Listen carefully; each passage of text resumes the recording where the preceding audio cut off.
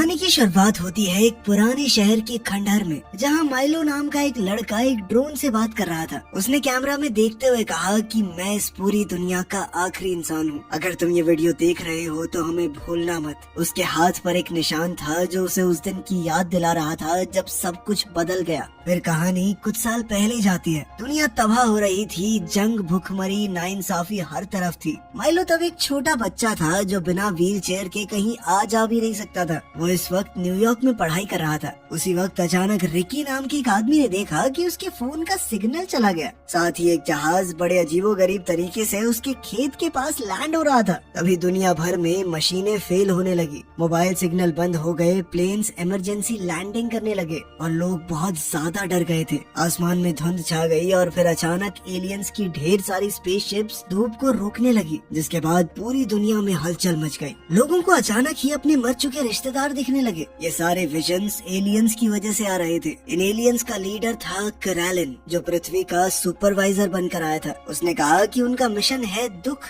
बीमारी और भूख को खत्म करना, एक नई दुनिया बसाना जिसमें कोई भी परेशानी ना हो। दिन गुजरते गए और एलियंस ने अपना वादा निभाया भी। पूरी दुनिया से जंग खत्म हो गई। लोगों ने हथियार गिरा दिए और आपस में गले मिलने लगे। पुराने दुश्मन भी अब दोस्त बन रहे थे। लेकिन दुनिया भर के ताकतवर लोग जिन्होंने जंगे करवा कर बहुत पैसा कमाया है, उन्हें ये सब पसंद नहीं आ रहा था। मसूरी में रिकी के अड़ोसी पड़ोसी बहुत परेशान थे। लेकिन रिकी ने कहा कि एलियंस अब तक सिर्फ मदद ही कर रहे हैं सबकी, शायद ये उनकी कोई चाल नहीं है, हो सकता है वो अच्छे ही हों। एक रात अचानक से रिकी और उसकी पत्नी एली का घर हिलने लगा। घर के अंदर के डिवाइसेस अजीब तरीके से काम करने लगे। डर के मारे दोनों अपने कुत्ते के साथ बेसमेंट में छुप गए। तभी एक रोशनी उनके घर के आसपास छाने लगी। एक अनजान ताकत ने दरवाजे के सारे पेच खोल दिए। जब रिकी बाहर आया तो उसके सामने एक बड़ा सा ड्रोन था। ड्रोन ने सिर्फ तब रिएक्ट किया जब रिकी ने उसमें चढ़ने के लिए हाँ कहा। उसके बाद घर पूरी तरह से पहले जैसा हो गया। इसी वक्त एक और स्पेसशिप व्हाइट हाउस के ऊपर आ गई। ड्रोन ने रिकी को न्यूयॉर्क के एक होटल में टेलीपोर्ट कर दिया, वहीं जहां वो अपनी पहली बीवी जो अब इस दुनिया में नहीं थी उसके साथ हनीमून मनाने आया था। उसे समझाया गया कि ये सब सिर्फ तुम्हारे दिमाग में चल रहा है। फिर एक आवाज आई जो करालिन की थी। वो एलियंस अपने आप को ओवरलॉर्ड्स कहते थे,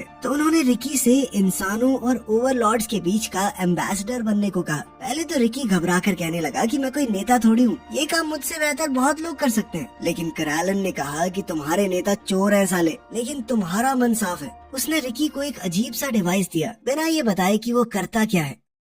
दूसरी तरफ एक माँ ने अपने बीमार बच्चे को एक स्पेसशिप की तरफ उठाया। कुछ देर बाद रिपोर्टर्स और सरकार के लोग रिकी के फार्म हाउस में पहुंच गए, जहां ड्रोन ने रिकी को छोड़ा था। पुलिस वालों ने उसे घेर लिया और कहा कि ये डिवाइस हमारे हवाले कर दो। जब रिकी ने मना किया तो उन्होंने धमकी दी कि अगर ऐसा नहीं किया तो अच्छा नहीं होगा तुम्हारे लिए। दूसरी तरफ एलिस पूरी वारदात को रिकॉर्ड करने लगी, ताकि रिकॉर्डिंग के चक्कर में पुलिस वाले कुछ गलत न करें। आखिरकार रिकी ने मजबूरन उन्हें वो डिवाइस दे ही दिया। वहीं दूसरी ओर ओवरलॉर्ड्स ने बच्चे को पूरी तरह ठीक कर दिया। कुछ घंटों बाद पूरी दुनिया से खबरें आने लगी कि चाहे कोई भी बीमारी हो जिसका कोई इलाज भी ना हो, धीरे धीरे सारी खत्म हो रही हैं। लोग अपने आप ही ठीक हो रहे हैं। रिकी को व्हाइट हाउस बुलाया गया, जहां उसने पूरी दुनिया को बताया कि उसे ओवरलॉर्ड्स ने अपना एम्बेसडर बनाया है। लेकिन रिपोर्टर्स के सवालों का जवाब ना दे पाने की वजह से रिकी नर्वस हो गया। जब उसने कहा कि करालिन दुनिया के सामने आने के लिए भी तैयार नहीं है। जब उससे पूछा गया कि ये एलियनों का सरदार इतना अच्छा है तो दुनिया के सामने क्यों नहीं आता, तो उसने कहा कि अभी वो तैयार नहीं है, समय सही होगा तो आएगा।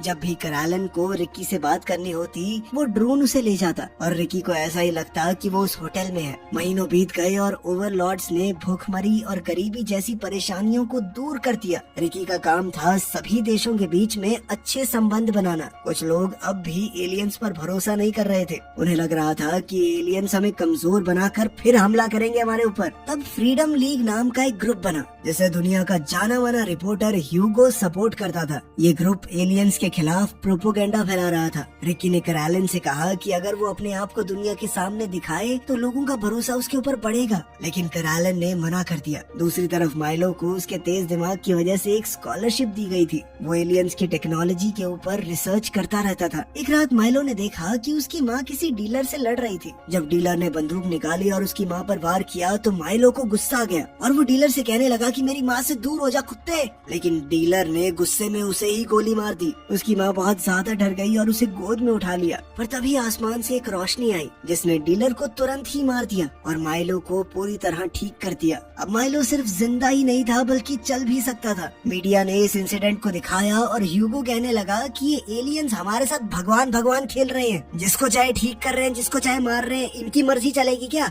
मसूरी में रिकी और एली के बीच झगड़ा हो रहा था क्योंकि रिकी एलियंस का एम्बेसडर बनने के बाद अक्सर गायब रहता। एली को समझ नहीं आ रहा था कि उन्हें शादी करनी भी चाहिए या नहीं। तभी रिकी को बाहर से कुछ आवाज आई और जब उसने बाहर जाकर देखा तो उसे किसी ने बेहोश कर दिया। जब वो होश में आया तो उसने देखा कि फ्रीडम लीग के लोगों ने उसे किडनैप किया था। उसे एक बेस में ले जाकर जेल में बंद कर दिया गया। अगले दिन ह्यूगो उससे मिलने आया और कहने लगा कि वो ओवरलॉर्ड्स के दिए हुए सभी गिफ्ट्स को तबाह करना चाहता है ताकि इंसान फिर से पावर में आ जाए। लेकिन करैलन ने किसी तरह पूरी दुनिया में ये सब कुछ लाइव दिखाना शुरू कर दिया। जब ह्यूगो ने रिकी को मारने का हुक्म दिया तो एलियंस ने टाइम को रोक दिया। एक ड्रोन आया और रिकी को उसी होटल में ले गया। वहाँ पर उसकी मर चुकी पत्नी भी खड़ी थी। रिकी थोड़ा इमोशनल हो गया लेकिन वो समझ चुका था कि ये सब सिर्फ उसके दिमाग में है और एली के पास अपने घर वापस लौट आया।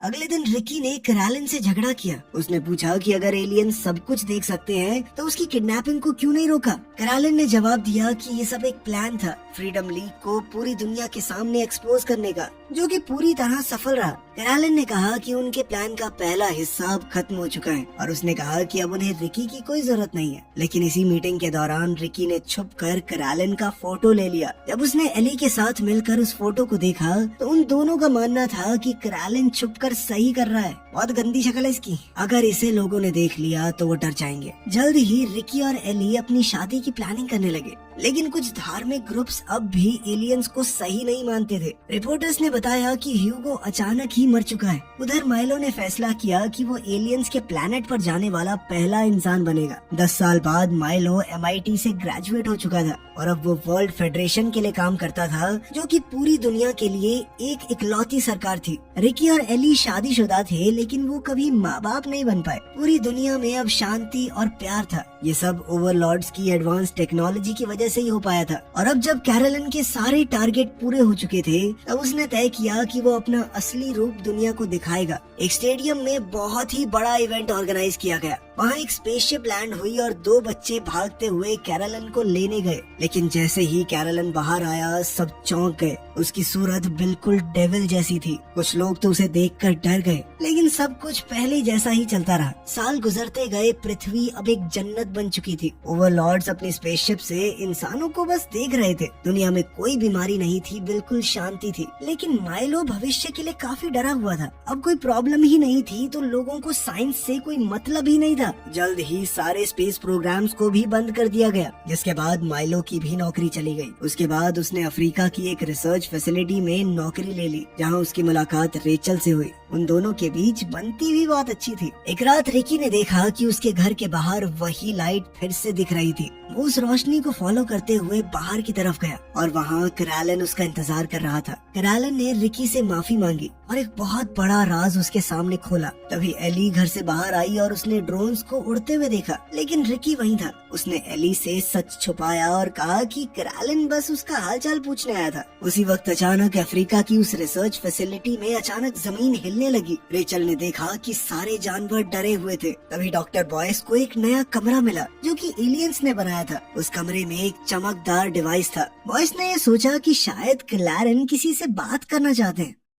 उसी रात अमेरिका के एक इलाके में टॉमी एक बुरे सपने के साथ उठा और देखा कि एक ड्रोन उसके घर के आसपास घूम रहा था। ड्रोन की रोशनी उसकी माँ एमी के पेट पर फोकस कर रही थी। ड्रोन चला गया लेकिन एमी ने जेक से कहा कि हमें बच्चों को बचाना होगा। फिर उसने टॉमी के बारे में पूछा। जेक गैराज में गया और टॉमी उसे वहीं मिला। जब जेक ने लाइट जलाने की कोशिश की तो लाइट में शॉर्ट सर्किट हो गया। टॉमी ने डरावने अंदाज में कहा कि सब कुछ खत्म हो जाएगा दोबारा शुरुआत होने से पहले। और जैसे ही जेक ने अपने बेटे टॉमी को बुलाने की कोशिश की तो टॉमी ने उसे इतना जबरदस्त धक्का मारा कि वो दीवार पर जाकर लगा। अगली सुबह जेक और एमी के बीच बहुत बहस हुई। जेक ने कहा कि टॉमी दिन भर से अजीब बर्ताव कर रहा है, उसकी आंखें ऐसी लग रही है जैसे वो मर चुका हो। एमी ने भी कहा कि वो अक्सर पेट में दर्द के कारण नींद में चिल्लाता है। कुछ दिन बाद उन्होंने काउंसलर पेरीटा को बुलाया। उनकी बातचीत के दौरान टॉमी ने उसे बताया कि उसे दुनिया तबाह होती हुई दिखती है, जैसे एक बहुत बड़ी आंख सूरज को ढक रही हो। उसके हिसाब से ये उसका कोई भ्रम नहीं है, बल्कि आने वाले कल की सच्चाई है। जब पेरीटा ने ज्यादा सवाल किए तो टॉमी को और भी आवाजें सुनाई देने लगी। वो बहुत डर गया और आखिर में उसने एक बच्चे के रोने की आवाज सुनी तो वो वहाँ से भाग निकला। जब पेरीटा उसके पास जाने लगी तो एक अदृश्य शक्ति ने उसके गले की चेन को और ज्यादा टाइट कर दिया, जैसे कोई उसे मारने की कोशिश कर रहा हो। पेरीटा ने बड़ी मुश्किल से वो चेन उतारी। फिर टॉमी ने एमी के पेट को छुआ और कहा कि उस बच्चे ने रोना बंद कर दिया है। एमी को ये बात बहुत अटपटी सी लगी क्योंकि वो तो प्रेग्नेंट ही नहीं थी, लेकिन टॉमी ने कहा कि इस पूरी धरती की किस्मत को पलटने वाली उसके पेट से ही जन्म लेगी और उसका नाम होगा जेनिफर। उधर रिकी के हाथ की नसें अचानक से लाल पड़ने लगी थी और उसे एक हार्ट अटैक आ गया। ये अजीब बात थी क्योंकि लोग अब बीमार नहीं होते थे। हॉस्पिटल में डॉक्टर्स ने बताया कि क्लैरेन की स्पेसशिप से कोई चीज उसके शरीर में गई थी, इस वजह से उसके पास अब ज्यादा वक्त नहीं बचा। एली ने उसे भरोसा दिलाया कि सब ठीक हो जाएगा और फिर घर जाके मशीनों के थ्रू क्लैरेन से बात करने की कोशिश की, लेकिन अफसोस कोई जवाब नहीं आया। 4 महीने बाद एमी को पता चला कि वो सच में प्रेग्नेंट है, लेकिन ये बात उसका बेटा टॉमी पहले से कैसे जानता था। अगले दिन जेक और एमी को एक खास पार्टी में बुलाया गया जो माइलो के बॉस ने रखी थी। जल्द ही पार्टी में आए सभी लोग चौंक गए क्योंकि क्लैरेन उनकी पार्टी में आया था। सबको बताया गया कि ओवरलॉर्ड्स कुछ जानवरों को अपने प्लेनेट के जू में भेज रहे हैं। माइलो ने क्लैरेन से पूछा कि तुमने साइंस को हमारी दुनिया से क्यों खत्म कर दिया। क्लैरेन ने जवाब दिया कि इंसान साइंस की मदद से खतरनाक शक्तियों के करीब आ रहे थे जिन्हें वो कंट्रोल नहीं कर पाएंगे। मौका मिलने पर क्लैरेन एमी को अपने साथ एक खास कमरे में ले गया और उसे बोर्ड पर हाथ रखने के लिए कहा। तब क्लैरेन ने उस जीव से बात की जो एमी के अंदर पल रहा था। उस रोशनी से आसमान में एक निशान बन गया। एमी ऐसी लग रही थी मानो किसी के वश में आ गई हो और टॉमी बोर्ड से निकल रही गाइड के सहारे छत पर गया और बोला, जेनिफर जाग गई। इतना कहते ही वो नीचे गिर पड़ा। क्लैरेन ने कहा कि एमी का काम पूरा हुआ, लेकिन उन्हें अब और लोगों की जरूरत होगी। उधर टॉमी जमीन से 2 फुट ऊपर हवा में तैर रहा था। जेक उसे देखते ही घबरा गया और गले लगा लिया। एमी भी भागकर अपने परिवार से मिली और सबने पार्टी छोड़ दी। रास्ते में एमी को बहुत दर्द होने लगा। दूसरी तरफ माइलो समझ चुका था कि क्लैरेन जिस रोशनी का इस्तेमाल बार बार करता है वो दरअसल उनकी एलियन लैंग्वेज है। उसने एक खास निशान बनाया और रिसर्च करने लगा। रेचल ने देखा कि माइलो उस निशान को सारे तारा मंडलों से मिलाकर देख रहा था और आखिरकार उन्होंने हिसाब लगाया कि ये करीना सिस्टम नाम का एक तारा मंडल है जो जरूर इन एलियंस का असली घर होगा। अगले दिन क्लैरेन फिर रिकी के घर आया। उसने रिकी को एक दवाई की बोतल दी और कहा कि ये तुम्हारी तबीयत ठीक कर सकती है। इस सब के बीच क्लैरेन ने एक खास राज की बात बताई। रिकी को नपुंसक किसी बीमारी ने नहीं बल्कि उसने खुद बनाया था। उसने कहा कि मैंने ये दया खाकर किया है तुम्हारे साथ, क्योंकि धरती का वक्त खत्म होने वाला है और जिन लोगों के बच्चे हैं उन्हें ज्यादा दुख पहुंचेगा। ये सुनकर एली गुस्से में चीखने लगी। अब उसने गुस्से में आकर क्लैरेन पर गोली ही चला दी। जमीन पर गिरते हुए क्लैरेन ने कहा कि मैं तो सिर्फ तुम्हें दर्द से बचा रहा था। रिकी को ये सब ठीक नहीं लगा और उसने वो वाली बोतल क्लैरेन को पिला दी जो तुरंत ही ठीक हो गया। दूसरी तरफ बॉयज को समझ आया कि क्लैरेन ने उससे जानवर इसलिए मांगे थे क्योंकि वो एक नई जगह बना रहा है, एक नई दुनिया।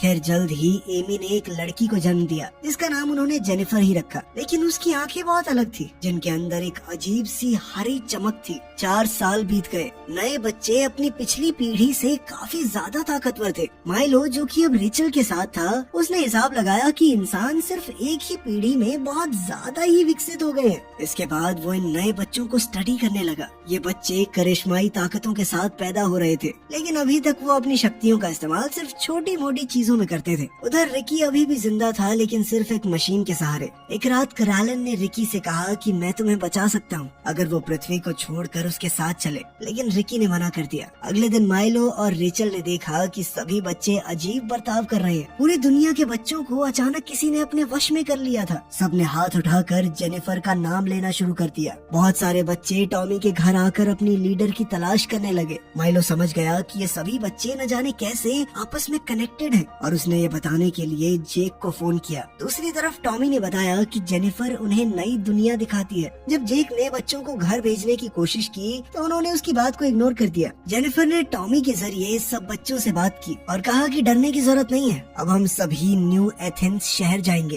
रास्ते में जेनिफर ने अपनी शक्तियों का इस्तेमाल करके रास्ता साफ करवा दिया। उधर माइलो लगातार जेक को जेनिफर के बारे में बताने के लिए कॉल करता रहा, लेकिन जेक ने उसके फोन नहीं उठाए। एमी ने देखा कि इस नए शहर के बच्चे भी जेनिफर को अजीब तरीके से देख रहे थे। बाद में उसने अपने घर पे जेक को माइलो से बात करने के लिए मना लिया। जेक राजी हो गया, लेकिन उसने कुछ ही सवाल पूछने की इजाजत दी। माइलो ने जेनिफर से सवाल पूछने शुरू किए। जेनिफर की आंखें चमकने लगी और उसने उन्हें एक विजन दिखाया, धरती की तबाही का। वो सब देखकर माइलो के होश उड़ गए, जिसके बाद जेनिफर ने कहा कि अब शुरुआत होती है अंत की। माइलो ने फैसला किया कि वो ओवरलॉर्ड्स की स्पेसशिप में घुस जाएगा, जिसमें रेचल ने उसकी मदद की, लेकिन वो इस बात से खुश नहीं थी। माइलो ने जानवरों की शिपमेंट में छुपकर घुसने का प्लान बनाया। रेचल ने उसे आखिरी बार चूमा और नींद का इंजेक्शन देकर स्पेसशिप में डाल दिया।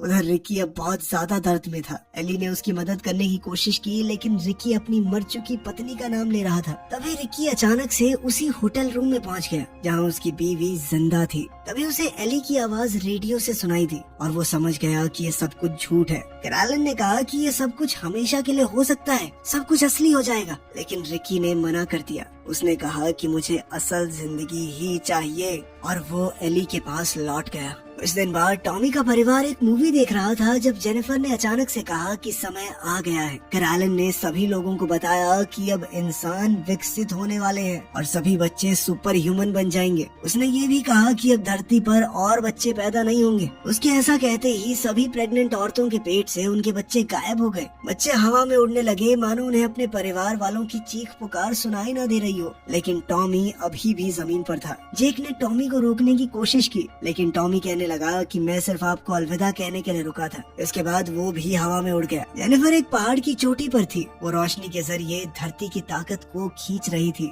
उधर ओवरलॉर्ड्स की शिप में माइलो जाग गया। उसने खुद को दवाई दी और ओवरलॉर्ड्स ने उसका स्वागत किया। उन्होंने उसे अपना प्लेनेट दिखाया, एक लावा से भरी अंधेरी जगह। उन्होंने बताया कि उसे सोते हुए 40 साल हो चुके हैं और धरती पर सब कुछ खत्म हो चुका है, बिल्कुल उनके प्लान के हिसाब से। उन्होंने बताया कि उन्हें ओवरमाइंड नाम की एक ताकत ने ये सब करने को कहा था। ओवरलॉर्ड्स हजारों सालों से उस ताकत की बात को मानते आए हैं। जैसा ओवरमाइंड कहता है वो वैसा ही करते हैं। इसके बाद माइलो ने कहा कि मुझे मिलवाओ इस ओवरमाइंड से। जब वो जहाज में घुसा तो माइलो बिल्कुल एक सफेद जगह पर पहुंच गया। ओवरमाइंड वहाँ उसे एक अलग से रूप में मिला, लेकिन इस मुलाकात को आसान करने के लिए ओवरमाइंड ने रेचल का रूप ले लिया। उसने बताया कि ये पूरा ब्रह्मांड मैं ही हूँ। तुम्हारे बच्चों को वो ताकत मैंने ही दी है जिसके साथ वो आगे बढ़ गए हैं। ये सब सुनकर माइलो का दिल भर गया। उसने कहा कि मुझे धरती पर वापस ले चलो। जब वो वापस आया तो 85 साल बीत चुके थे। धरती सुनसान थी। ओवरलॉर्ड्स ने उसे रेचल की फ्रोजन बॉडी दिखाई। माइलो ने गुस्से में उसका नेकलेस खींचा तो वो पूरा शरीर टूट गया, पर माइलो के हाथ पर एक जलने का निशान रह गया। कैरोलिन ने बताया कि माइलो अब अकेला इंसान बचा है। उसने कहा कि मैं तुमसे बहुत जलन महसूस करता हूँ, क्योंकि तुम रोशनी में जा सकते हो, हम नहीं जा सकते। कैरोलिन ने कहा कि तुम अगर चाहो तो हमारे ग्रह पर रह सकते हो, लेकिन माइलो ने कहा कि मैं वापस धरती पर जाकर एक रिपोर्ट बनाना चाहता हूँ, जो कि तुम्हारी मचाई तबाही के बाद की एक डायरी होगी। इसी के बाद हम कहानी की शुरुआत वाले सीन को देखते हैं, जहाँ माइलो ने वही रिकॉर्डिंग की और तब उसने देखा कि जेनिफर पहाड़ की चोटी के ऊपर थी और वो धरती की बची खुची ताकत को भी अपने अंदर खींच रही थी। जब जमीन टूटने लगी तो माइलो ने कैरोलिन से कहा कि इंसानी दुनिया का एक हिस्सा तो बचा लो। कैरोलिन ने उसके सामने उसकी सारी यादें एक फिल्म की तरह चला दी। उसके अच्छे पल, उसका प्यार, उसकी जिंदगी। एक पल के लिए माइलो खुश था, फिर अचानक धरती फट गई और एक तेज रोशनी के साथ सब कुछ खत्म।